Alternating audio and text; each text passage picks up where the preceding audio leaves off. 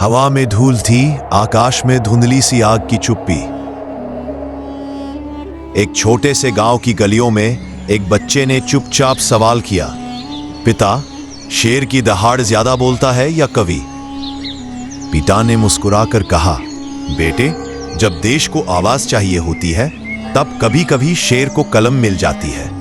यही वाक्य एक ऐसे इंसान की दहाड़ बनकर उभरा जिसका नाम बाद में लोग कविराज कलाश रखेंगे।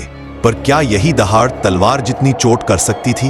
और क्या कलम जब लड़ाई की आग भड़क उठे उसी तरह दहाड़ सकती थी? यह कहानी उसी दहाड़ की है और उसकी कीमत की भी। कविराज कलाश का बचपन सरल था। मिट्टी, पाठशाला और माता पिता की माने तो शब्दों का भूखा। रात रात में गुरुओं के साए में बैठकर वह श्लोक रचता। पर उनके भीतर एक असहज आग थी, केवल प्रशंसा चाहने की नहीं, कुछ ऐसा करने की चाह जो इतिहास में धूल ना बनकर कुछ निशान छोड़ दे। एक शाम वह गांव के तालाब किनारे बैठे थे। एक बूढ़े संत ने उन्हें देखा और कहा, बेटा, तुम शब्दों से लोगों को हंसा भी सकते हो और युद्ध में उनका हौसला भी बढ़ा सकते हो। कलाश ने सिर झुकाकर पूछा, ऐसा कैसे? संत ने मुस्कुराकर कहा, वक्त आने पर तुम जान जाओगे। समय आगे बढ़ा। कलाश का नाम आसपास के छोटे बड़े सभा दरबारों में जाने लगा। पर असली मोड़ तब आया जब वह रायगढ़ के दरबार में पहुंचे और वहां सामना हुआ एक ऐसे शख्स से जिनकी आवाज तलवार की तरह तेज थी। छत्रपति संभाजी महाराज। दरबार में हल्की खामोशी थी। कलाश ने झुककर प्रणाम किया और बोले, महाराज, मेरा कलम तलवार नहीं मगर हवा में आग लगा सकती है। संभाजी ने उनकी आंखों में देखा, मानो किसी ने उनकी तलवार की धार उन्हीं की वाणी में देख ली हो। वह मुस्कुराए और बोले, ठीक है कवि, तुम दरबार में बोलो और देखेंगे कि तुम्हारे शब्द से क्या होता है। कलाश ने कविता पढ़ी, शब्दों में क्रोध और ध्वनि में शौर्य। पूरा दरबार उत्तेजना से कांप उठा। जनमानस का दिल उससे जुड़ गया। पर संभाजी के साथ जो जुड़ा वह सिर्फ प्रशंसा नहीं था, उनका भरोसा बन गया। दोनों की बातचीत देर तक चलती। राज्य की कमजोरियां, जनता की पीड़ा और कैसे मराठा धर्म और स्वराज की रक्षा करनी है। कलाश ने कहा, महाराज, मैं युद्ध की कला नहीं जानता, पर मन में रणनीति पढ़ता हूं। भाषा भी हथियार है। संभाजी ने कहा, हथियार वो नहीं जो केवल लोहे के बने हो।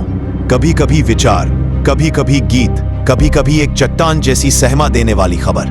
उनके बीच कई रातें ऐसे बीती, योजनाएं, कविताएं और कभी कभी सामान्य इंसान की तरह चाय।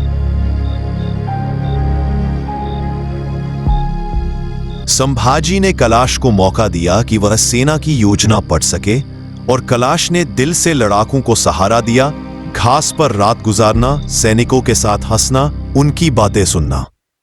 1684 की एक सर्द सुबह खबर आई, मुगल सेनापति शहाबुद्दीन खान रायगढ़ की ओर बढ़ रहा था।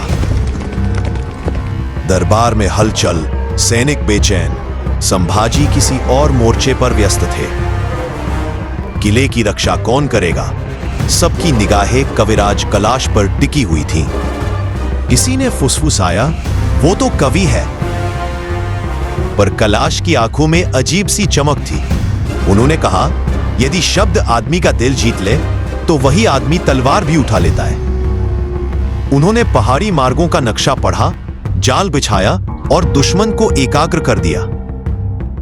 लूटने आए लोग समझे कि यह आसान शिकार है, पर मराठों की चालू और अचानक आक्रमण ने सब कुछ बदल दिया।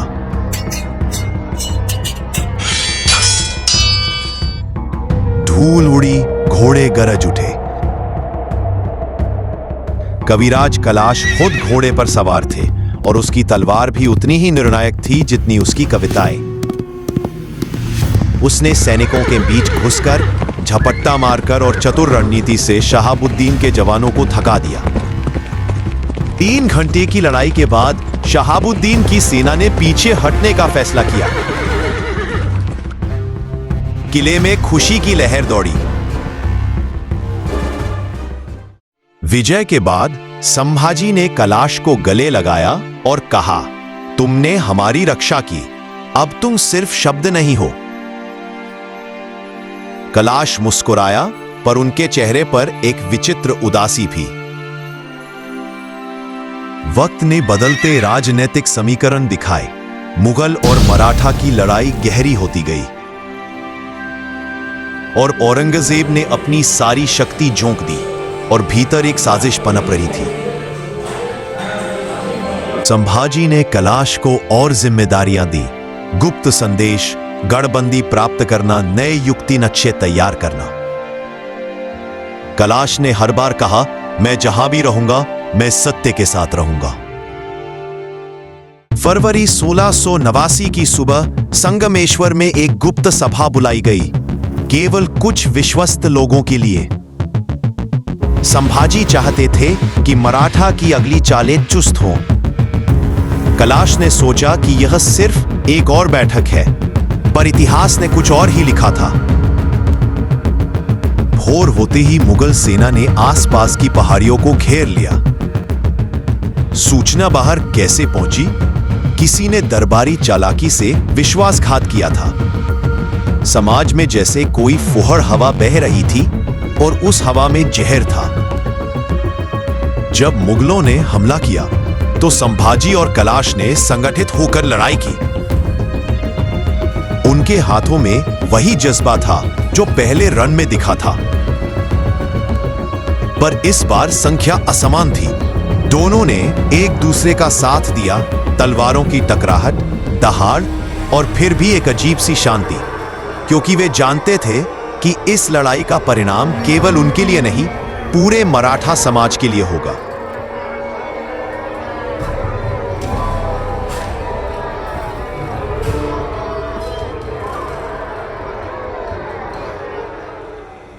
और आखिरकार संख्या बदल नहीं सकती थी। दोनों को पकड़ा गया,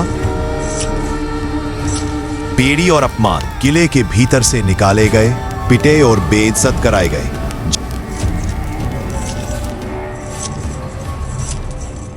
जीभ उखड़ी, क्रूरता का प्रतीक, पर कलाश ने वो आवाज खोते हुए भी बहुत कुछ कह दिया। उसकी आंखों में गर्व था, उसकी मुस्कान में शांति। वो बोला, तुम शख्स को मार सकते हो, पर विचारों को नहीं। कुछ दिनों के यातनाओं और अपमान के बाद संभाजी और कलाश दोनों ने उस सूखे कमरे में अंतिम मुस्कान दी। उनके चेहरे पर किसी तरह का आत्मविश्वास था।